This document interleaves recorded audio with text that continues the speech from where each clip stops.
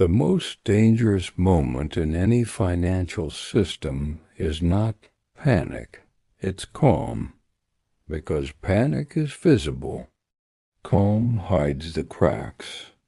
Right now, the official message is stability. Banks are well capitalized. Liquidity is ample. The system is resilient. These are not lies in the simple sense. They are carefully chosen truths that describe the system under normal conditions, conditions that quietly no longer exist. Modern banking does not collapse the way people imagine.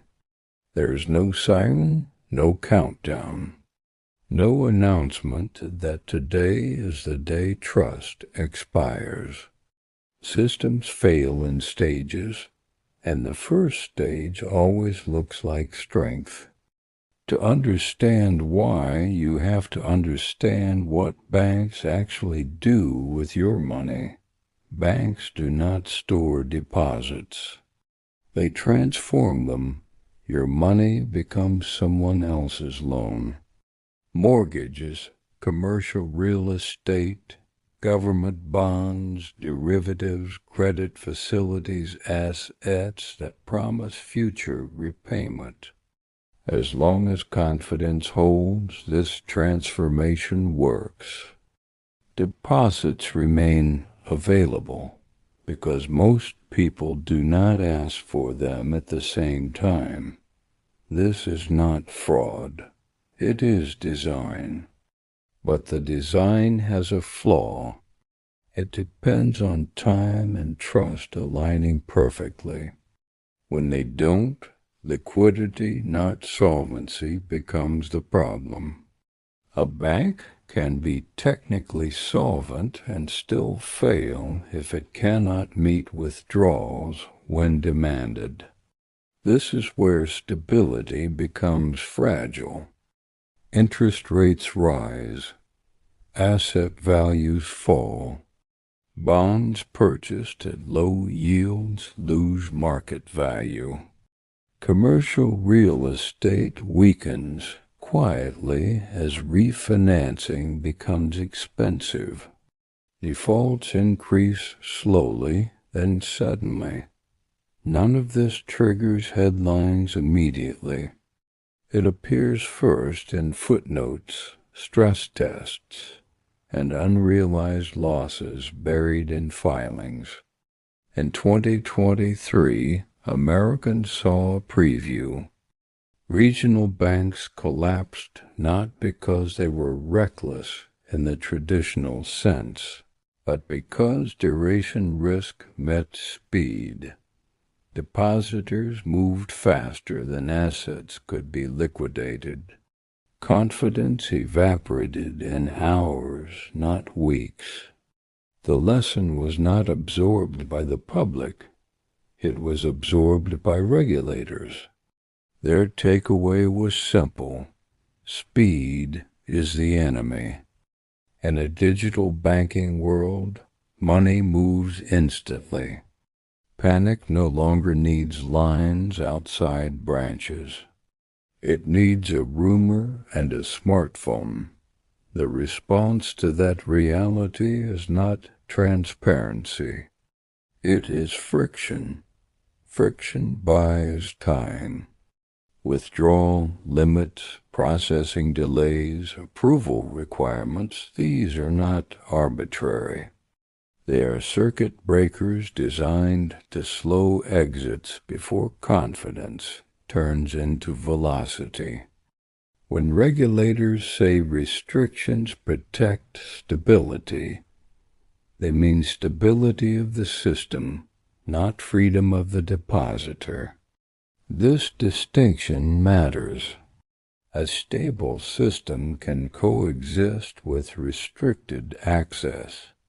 In fact, restricted access often creates the appearance of stability by preventing stress from becoming visible. If people cannot withdraw, there is no run. If there is no run, There is no crisis, at least on paper. This is why systems appear strongest right before failure. Controls mask weakness. They don't fix it. Look at history. Every major banking crisis follows the same rhythm. First come assurances. Officials emphasize strength, buffers, safeguards. Then come temporary measures, small limits, short delays, targeted rules. Nothing that sounds alarming, just enough to discourage movement. The public adapts, habits adjust, expectations lower. Then, when pressure increases, those temporary measures become permanent, or they expand, or they are replaced by stronger ones. By the time the freeze arrives, most exits are already sealed. This is not conspiracy. It is institutional logic. Banks are leveraged institutions operating in a world of asymmetric information. Regulators know more than depositors, and they act on that knowledge, not to warn, but to contain. What makes the current environment different is scale. The U.S. banking system is not isolated. It is intertwined with global capital markets, sovereign debt, and derivative exposure that dwarfs underlying assets. Trillions in obligations rest on assumptions of continuity.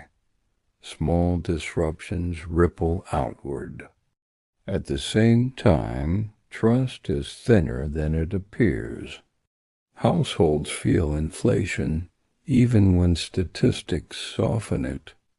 Businesses feel credit tightening before it shows up in employment data. Stress builds unevenly, invisibly. So the system prepares not by admitting fragility, but by limiting behavior. This is why rules change quietly, why implementation happens on weekends, why language is bureaucratic and dull. Complexity is a feature. It delays understanding. When access becomes conditional, people still believe they own their money until they try to use it freely. Ownership in practice is defined by access, and access is increasingly mediated. This is the paradox of modern finance. The system grows more sophisticated while becoming more brittle, more efficient while less forgiving, more stable in appearance while more fragile beneath the surface. And the public is encouraged to trust the appearance. The question is not whether the system will collapse tomorrow. That framing misses the point. Systems rarely collapse suddenly. They constrict. They centralize. They harden. Failure, when it arrives, feels like inevitability, not surprise. Understanding this is not about panic. It's about pattern recognition. Stability is not a guarantee. It is a phase. And every phase has an ending. When stress increases inside a banking system, regulators face a choice. They can allow volatility to surface and let markets clear violently, or they can manage perception by slowing behavior. Modern systems always choose the second option. Why? Because volatility exposes truth. Friction delays it. Transparency causes runs. Restrictions prevent them. This is why access controls emerge before collapse, not after. By the time a system is visibly failing, it's already too late to control behavior. The real work happens earlier, quietly, while confidence still exists. The key concept here is time mismatch. Banks borrow short and lend long. Deposits are demandable. Assets are not. When confidence breaks, that mismatch becomes fatal. Regulators understand this better than anyone. Their job is not to protect individual access. It is to preserve system continuity. That's why policy language always emphasizes stability, never ownership. Once withdrawals slow, pressure shifts elsewhere into asset values. Bonds are marked down. Real estate reprices. Credit tightens. None of this triggers immediate alarm because it unfolds through balance sheets, not headlines, but the effects compound. As access becomes conditional, behavior changes. People keep less cash on hand. Businesses rely more heavily on credit lines. Households stretch finances thinner. Dependency on the system increases just as flexibility decreases. This is not accidental. Centralization is efficient under stress, and this is where digital infrastructure becomes decisive. A cash-based system limits control. Physical currency allows exit without permission. Digital systems allow monitoring, throttling, and targeting. Every transaction becomes legible. Every deviation detectable. This is why financial evolution always moves in one direction. Less anonymity, more programmability. Digital controls are introduced as upgrades, faster payments, better security, fraud prevention, convenience. Each justification is reasonable. Taken together, they create a system where access is no longer binary on or off, but adjustable. Limits can be changed dynamically. Accounts can be flagged algorithmically. Delays can be imposed selectively. Compliance becomes continuous, not event-based. This transforms the relationship between individuals and money. Funds exist, but use depends on alignment with system parameters. In this environment, stability becomes a managed experience. Consider how quickly temporary measures normalize. Emergency lending facilities created during crises remain open years later. Balance sheets never fully shrink. What was once extraordinary becomes baseline.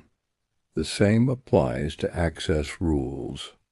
A delay introduced for risk management becomes standard procedure. A limit justified by unusual conditions quietly persists. Over time, people forget there was ever another way. This is how freedom erodes not through force, but through habituation. The most revealing signal is coordination. When multiple countries implement similar controls within short time frames, it indicates shared stress. Banking systems do not coordinate without reason. Liquidity pressure does not respect borders. Capital flows globally.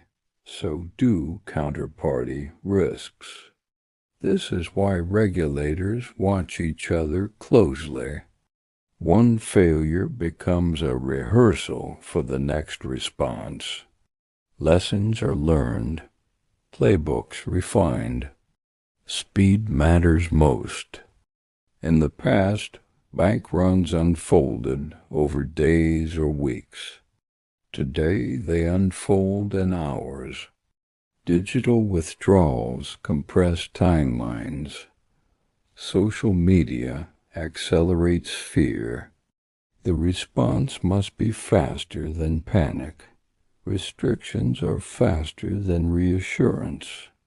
This creates a feedback loop.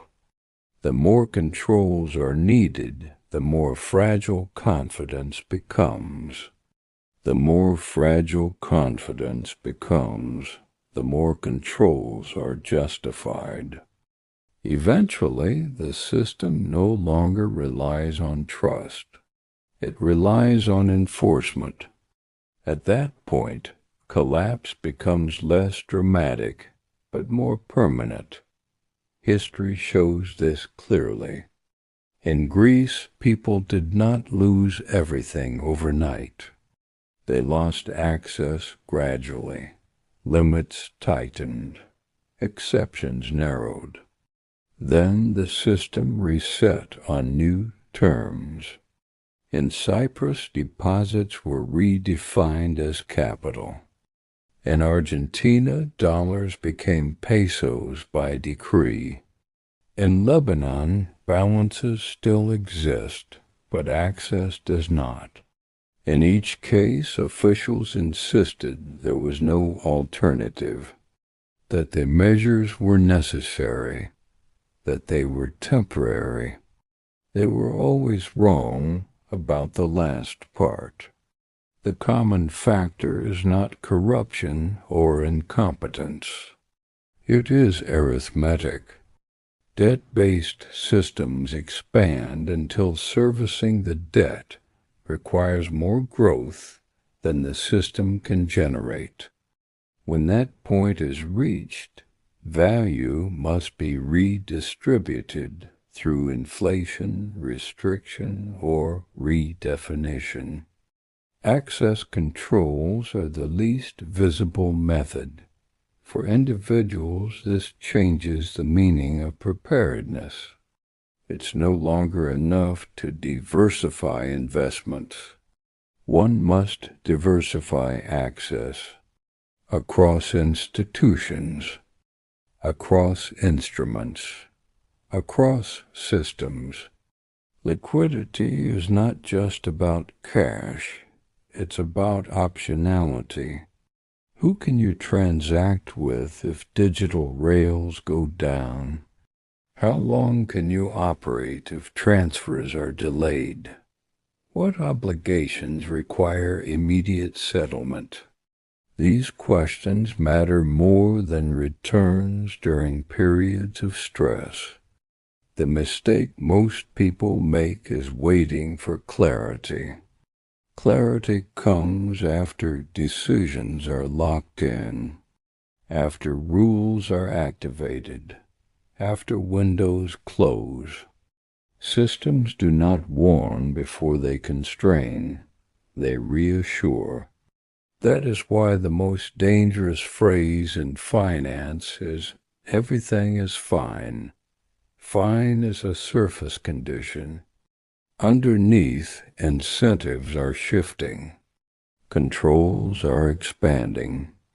Infrastructure is being built for a future where access is managed continuously, not guaranteed universally. This doesn't mean catastrophe is imminent. It means the direction is set, and direction matters more than speed. Those who recognize the trajectory early gain options. Those who don't adapt gradually lose them without a single dramatic moment to point to. By the time the story breaks, the choices have already been made. The system will still function. Payments will still clear. Numbers will still update on screens. But freedom will have become conditional. And conditional freedom is not freedom at all.